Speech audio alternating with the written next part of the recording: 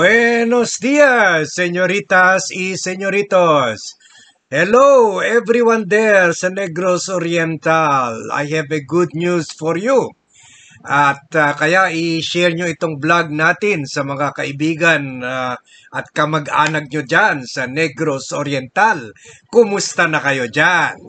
O yun, nakausap ko yung favorite lawyer nyo dyan, na si Attorney Levy Baligot, who just celebrated his birthday over the weekend at pasensya na my friend, I cannot be there with you to celebrate your birthday because I am still here in Zamboanga attending to my business. Almost every year tayo uma-attend. Siguro dyan na naman sa Dahit, sa sa Shangri-La, no? Sarap-sarap dyan. Sa buffet, mamimiss ko yan. Pero may magandang news sinabi sa akin while we were talking when I greeted him over the weekend. Sabi niya, malapit na dumating yung pagka-aresto kay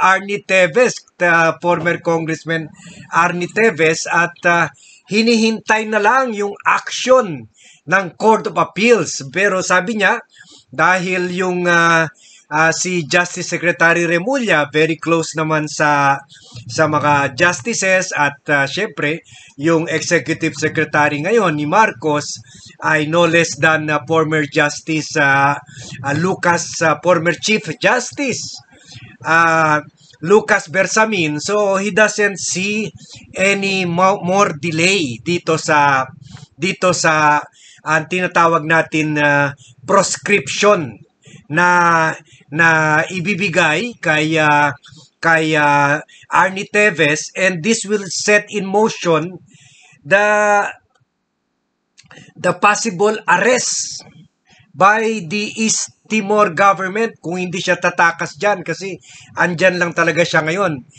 Kung hindi siya tumakas na naman sa ibang bansa, then as soon as the Court of Appeals maglalabas nitong proscription designating him as a terrorist, then automatically arrestuhin siya ng mga East Timorese government, and then he will be tried there and extradited later on.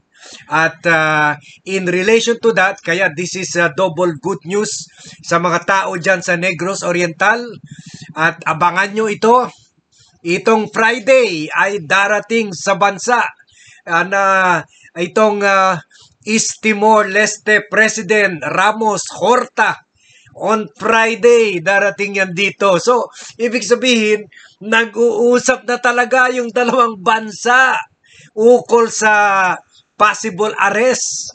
Imagine nyo, nandyan nagtatago si Arnie Teves sa Timor-Leste.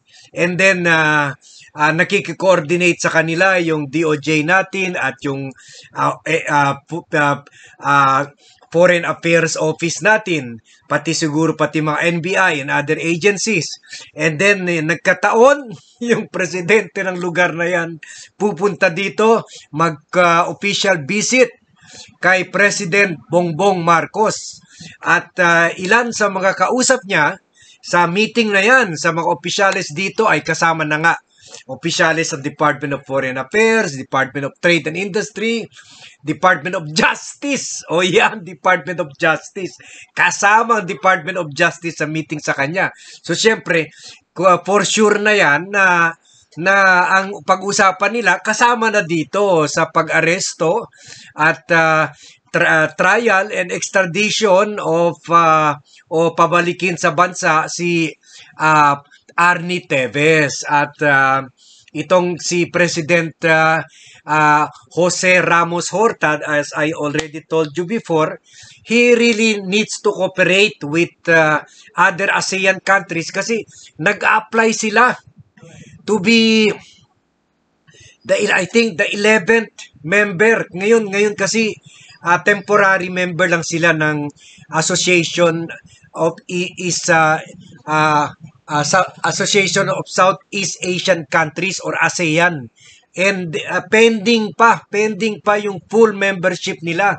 That's why in Timor-Leste and under President Jose Ramos Horta is unlikely to risk kahit sabihin natin binuhusan na ng pera ni Arnie Teves ang mga opisyales ng Timor-Leste. Pero itong si matino naman ito, si Ramos Horta, he is unlikely to sacrifice ang bansa niya. Kasi kung maging miyembro sila ng ASEAN, magkakaroon rin sila ng mga trade deals, pwede sila makuha ng mga aid, ng mga loans, ng mga grants from rich Asian countries. At magkakaroon sila ng partnership kahit hindi naman rich countries, pero we all have something to contribute to each other. Tulad dito sa Pilipinas, they will talk about issues on technical, political, education, and economic partnerships. So meron talaga. It's always better to be in partnership with other countries, lalo na itong Timor-Leste na nagsisimula pa lang. So yun nga, balik tayo sa kaibigan ko so yun, that's another good news ha. So balik tayo dito kay Attorney Levy Baligot. Sabi niya, after yung Anti-Terrorism Council nag-designate kay Arnie Teves na a terrorist or aiding terrorist groups under the Anti-Terrorism Act, nag-file rin ng DOJ ng proscription or separate case ito sa Court of Appeals, asking the Court of Appeals yun nga to approve yung designation of Teves as a terrorist. At kung ma-designate, kung ang kulang na lang ngayon, ang hinihintay na lang nila ngayon, yung itong proscription process is for the Court of Appeals to grant the proscription at sasabihin na we agree with your basis na talagang terorista itong si Teves. So tulad ng sinabi ni Remulla during a recent Senate hearing, when he's tagged already, meaning tagged by the approved and by proscription by the Court of Appeals, then there's already a possible proscription. The duty of rendition comes in to the United Member States, to the UN member states, because we will be enrolled in the UN list of terrorists. So sabi niya, pag nag-grant na yung proscription, automatic, lahat ng mga UN, United Nations member states, and I think is Timor or Timor-Leste is already part of the United Nations. So automatic, obligado yung mga member states to arrest yung mga terrorists ng mga